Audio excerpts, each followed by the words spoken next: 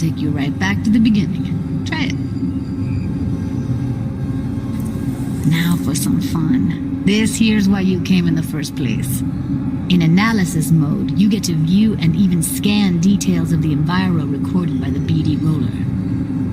Focus on the heat, the gun this gonk gets from his buddy at the beginning. Now scan it.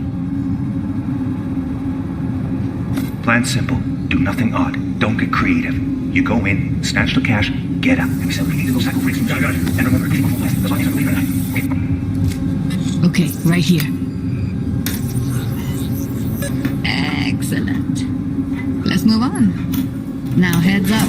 In analysis mode, you can ferret out background noise and conversations if the roller got close enough. This tech records everything, every little detail, even the sights and sounds the roller was never aware of. To see the sources of the recorded sensory signals, switch to the audio layer in the editor. Go ahead and try that now. Okay, good. Now you should see several sound signatures in the store. Choose one and hone in on it. Pack of 6, case of Brosif, and a couple of zappers. Okay, we have a deal today on 2 flavors, curry and surf and turf. Everybody! So, any thoughts? Unbelievable. Seriously, like what's happening right next to me. Yeah, it's how BD recording implants work. They pick up everything, all the elements in the background. Then an editor tweaks them, makes them pop. Keep playing with the sound, explore it a bit. We'll move on when you get bored. Wanna see you kissing the flooring? Money! Sometimes you can analyze extra layers in the raw, stuff the roller's cyberware picked up. Like what? Ev's got Kuroshi optics that grab infrared, meaning you should be able to grab heat signatures from her recording. Huh. Hella nice. Scanning works on peeps, too. Walk up to the wounded chick. Try scanning her. Alright, next thing. Scroll forward to the part where our artist gets a lead injection. Or I will fucking drop you, I swear to God! Well, now, fucking head off!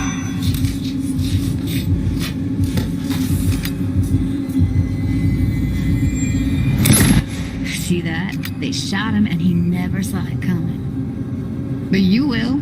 Here it comes. My favorite part of the game. See the blinking thing over the entrance? Surveillance cam. Must have caught our shooter. You'll see in a sec. Cam feeds to the screen behind the clerk. Roll back to where the screen's in the kid's field of vision, then scan it.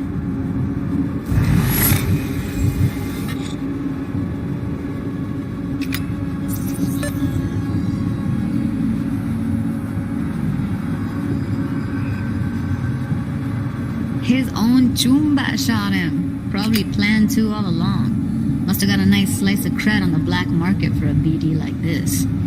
BD freaks are ready to pay a preem for a real flatline. Anyway, if you've seen enough, you can exit.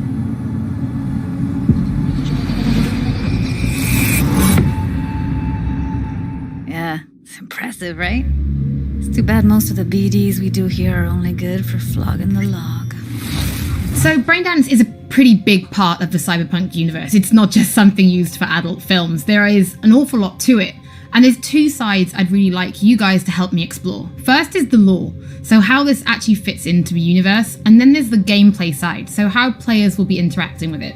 So Patrick, could you tell us more about the lore of Braindance? I would love to. So in the world of Cyberpunk 2077, Braindance was invented way back in the early 2000s at UC Santa Cruz.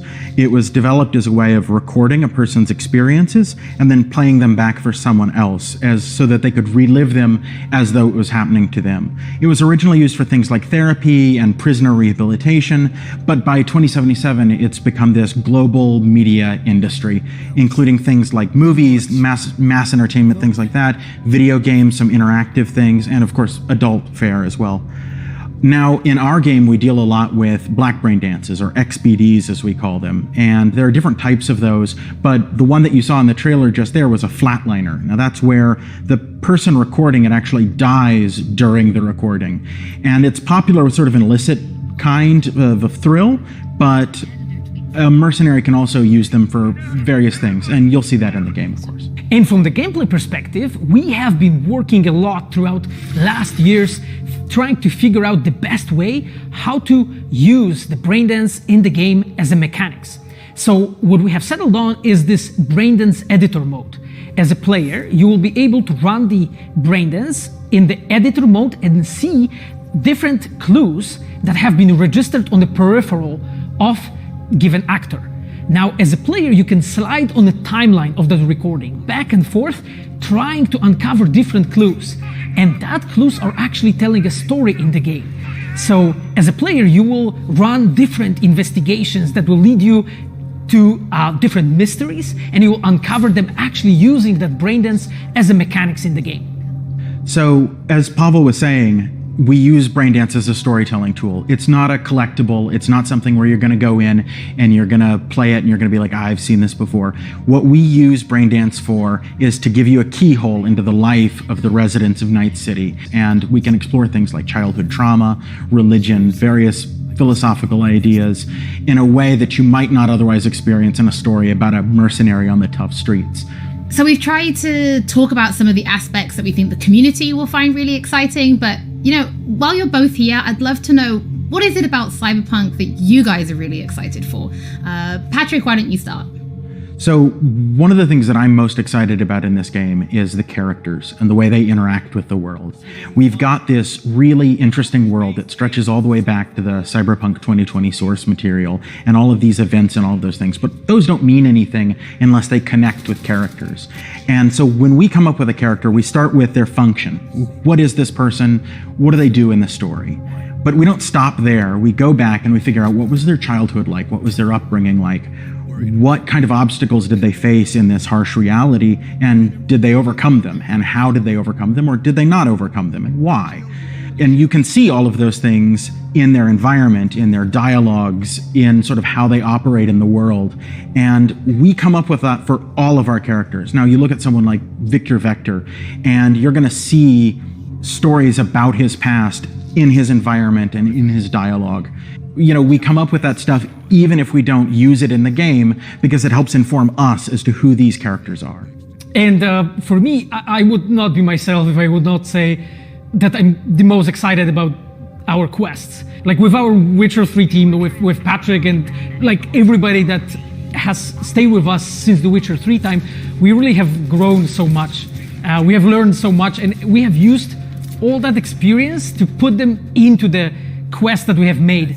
And you will not find really a filler in this game. Like, everything has a meaning. Like, we put so much effort into making sure that everything is rewarding, is interesting, is talking about characters, as Patrick said, is talking about worlds, is talking about emotions, like touching the player in a really, like a real way.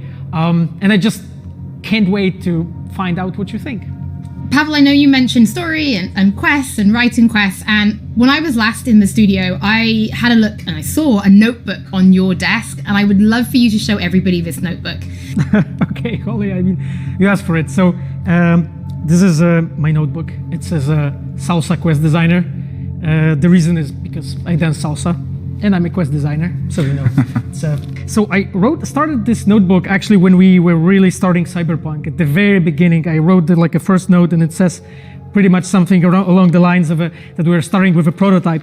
And then, I kept on basically noting things that we've been working on for like next year's. I remember once when our concept artists actually approached me, and they said that they want to take a look on my notebook. I was like, what for actually? And they took some pictures, and they told me, because we are looking for a reference material for notes of a psychopathic killer. You may find maybe some of my notes in the game. Pavel and Patrick, thank you so much for joining me. I'm pretty lucky because I have read some of the stories that you and the team have written for Braindance, and I'm pretty excited for people to discover them. But before we do finish today's episode, there is just one more thing we'd like to talk about. Earlier in this episode, I mentioned that media have been getting hands-on with the opening of Cyberpunk 2077, and they should be posting their impressions right about now. And if you missed anything from today's episode, don't worry, we'll be uploading everything to our channels very soon. And finally, on behalf of everybody at CD Projekt Red, we just want to say thank you so much for joining us for this, the very first episode of Night City Wire. But don't worry, we'll be back with episode 2 in just a few weeks. So, we shall see you soon.